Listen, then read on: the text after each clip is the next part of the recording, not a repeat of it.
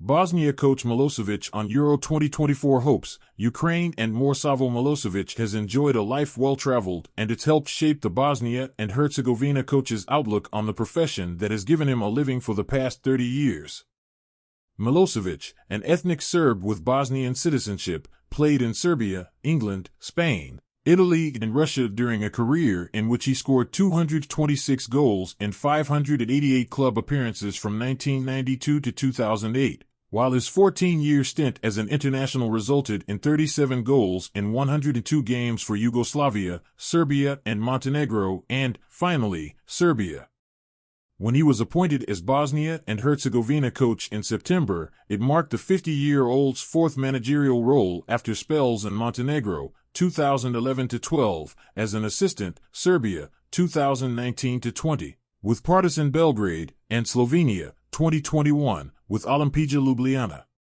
Borders, nationality, or religion never really mattered to Milosevic during his peripatetic career, which is why he was willing to take on this job despite the troubled history of the Balkans and his past as a player with Serbia.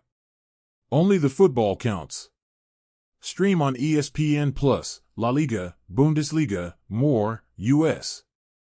It is not an issue to me, Milosevic told ESPN.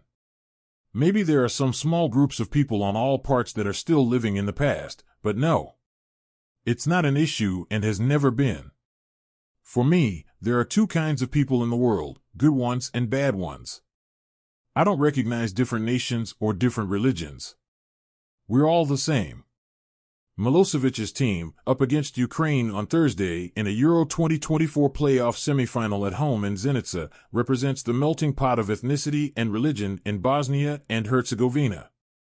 The country declared its independence in 1992 at the outset of a 3-year conflict that left 100,000 dead and over 2 million displaced as refugees.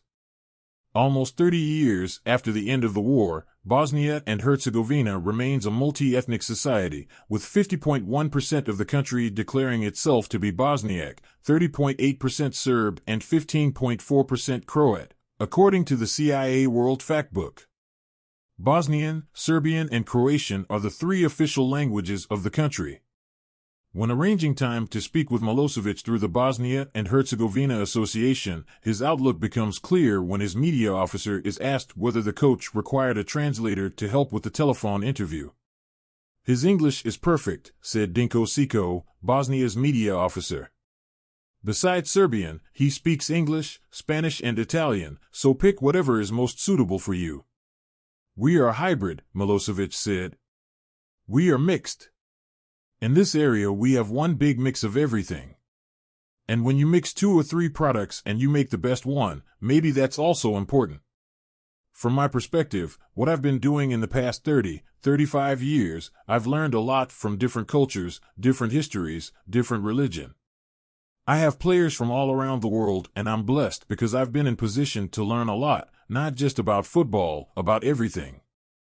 God forbid, if we were all the same, how would we be in a position to learn something?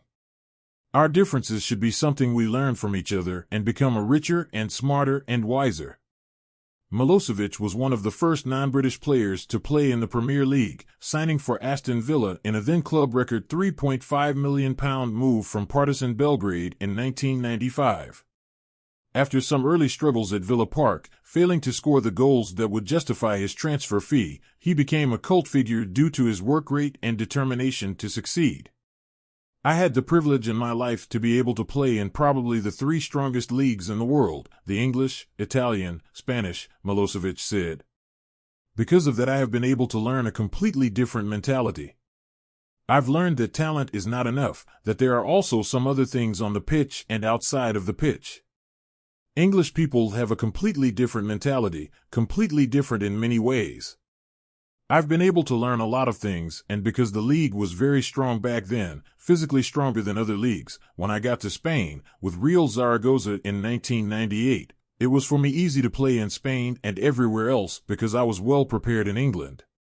Milosevic's perspective is perhaps important as Bosnia and Herzegovina prepare for their encounter with Ukraine, a country still torn apart by war in the wake of Russia's invasion in February 2022.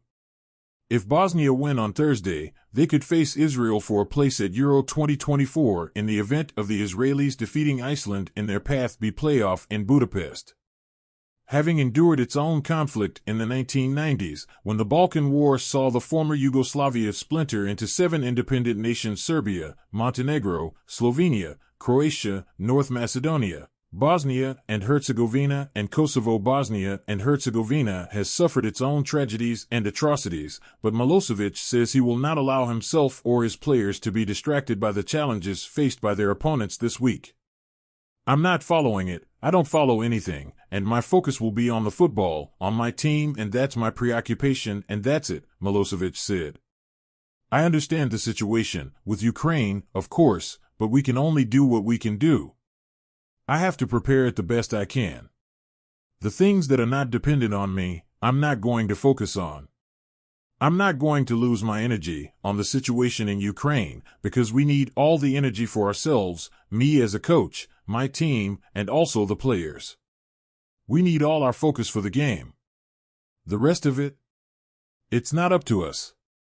Ukraine are, for me, definitely one of the top 10 or 12 teams in Europe, so it is going to be very difficult for us. We are an old team, maybe too old, but we have our hopes because it's one game and we are playing at home. Despite acknowledging the veteran age of his squad, Milosevic believes it may ultimately be an advantage for Bosnia and Herzegovina's short-term objective of successfully negotiating the playoffs. Edin Dzeko, 37, and Miralem Pjanic, 33, are still key players, having each won more than 100 caps for their country. Former Arsenal midfielder Sead Kolasinac, 30, is another fixture in the team. But having lost 3 of his 4 games in charge, including a 4-1 defeat against Luxembourg in November, Milosevic accepts that he needs to lean into his squad's experience if the team are to reach Euro 2024. "We are a little bit of an old team," he said. "On one hand that's not good, but on the other side we have experience. Of course they're not physically like they were 5 to 10 years ago, but in one game, they can make that extra effort. They have played many games like this in their lives, which could be also very helpful in this kind of game with a lot of enormous pressure actually." Bosnia's form going into the playoffs is dismal, however. They lost 5-0 to Portugal and 2-1 to Slovenia, both at home, either side of the Luxembourg defeat, and finished 5th in qualification Group J. Their place in the playoffs is a result of their successful campaign in the last UEFA Nations League.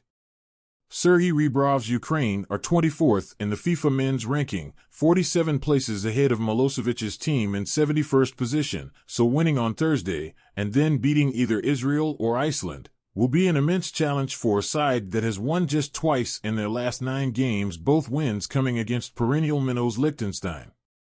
But Milosevic says that the losing run is irrelevant due to his decision to use those games to experiment with his new squad.